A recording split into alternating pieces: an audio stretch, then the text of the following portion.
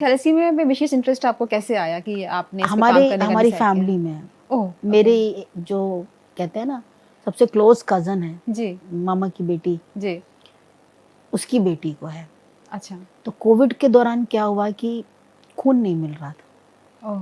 क्योंकि लोग बाहर ही नहीं निकल रहे थे हुँ, और हुँ। जो रक्त शिविर थे वो सारे जो ब्लड बैंक्स थे उसमें खून की तो जो मियाद होती है वो 28 डेज़ होती है, जी। देने वाले कम थे। हुँ, हुँ। तो जब खून की प्रॉब्लम आई, हाँ, उसका हाँ। फ़ोन आया, मैंने जी। सारा कुछ समझा, हुँ, हुँ। तब मैंने देखा कि ये अवेयरनेस ही नहीं है, नहीं तो ऐसा बच्चा प्रिवेंट किया जा सकता था जी, जी, पैदा जी। होने से। जी। तो पहला शिविर फिर मैंने कोविड में ही लगाया, थोड़े दिनों के लिए कोविड खुला था। हाँ, हाँ। 23 मार्च 2021 में ओके। शहीदी दिवस होता है, जी। वो ओह! मुझे सबसे उत्तम दिन लगा। हुँ, हुँ, हुँ। अपना पहला शिविर मैंने आचार्य नरेंद्र देव कॉलेज में 109 लोगों को हमने शिविर लगा के उसमें से 3 कैरियर्स ढूँढे जो कि कम्स टू 3% ओके। या और उनको समझाया कि कैरियर क्या होता है, तो इस तरह से शुरुआत हुई। तो आप अपने थोड़ा-सा लेमन लैंग्वेज में समझाइए कि थैलेसीमिया का रोग है क्या?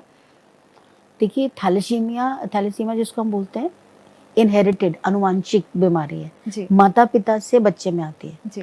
माता-पिता के जो क्रोमोसोम होते हैं जिनको हम गुणसूत्र बोलते हैं, हुँ, हुँ। उसमें एक म्यूटेशन होती है, उत्परिवर्तन कहें या जी, विकार कहें। जी। उस म्यूटेशन से क्या होता है कि माता और पिता दोनों कैरियर बन जाते हैं। हुँ, हुँ।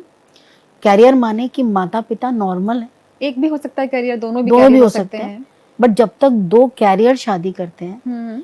तब ऐसे दोनों कैरियर के बच्चा हर प्रेगनेंसी में not 1 hmm, hmm. Her pregnancy में चांस हो सकता है 25% हुँ, हुँ। कि वो थैलेसीमिक पैदा होगा। ओके। मतलब अगर उन्होंने 5 बच्चे किए हैं तो हो सकता है 3 थैलेसीमिक हो जाएँ, जी, क्योंकि हर प्रेगनेंसी में चांसेस होते हैं ओके। कि 2 कैरियर पेरेंट्स का 1 थैलेसीमिक बच्चा ये होगा। कंडीशंस हैं क्या? इसका मतलब जो नेगेटिव इम्पैक्ट दिखाई देता है बॉडी पर, वो क्या दिखाई देता है? थैलेसीमिया मैंने आपको बताया एक आनुवांशिक इनहेरिटेड जिसको हम इंग्लिश में बोलते हैं क्रोमोसोमल रिसेसिव डिसऑर्डर है। जी।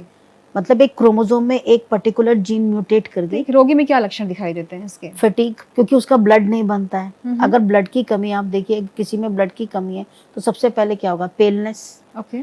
फटीग आएगी। हुँ, हुँ। फिर जहाँ पर जो भी जगह आपकी ब्लड बनाने की है हुँ, हुँ। उसकी उसका जो कार्य होगा वो और बढ़ जाएगा ये सोचकर कि मेरे में ब्लड की कमी है। हुँ, हुँ। तो यहाँ पर उसकी बोन्स बढ़ जाती हैं, चेहरा पीला पड़ जाता है, जॉन्डिस होता है। ओके।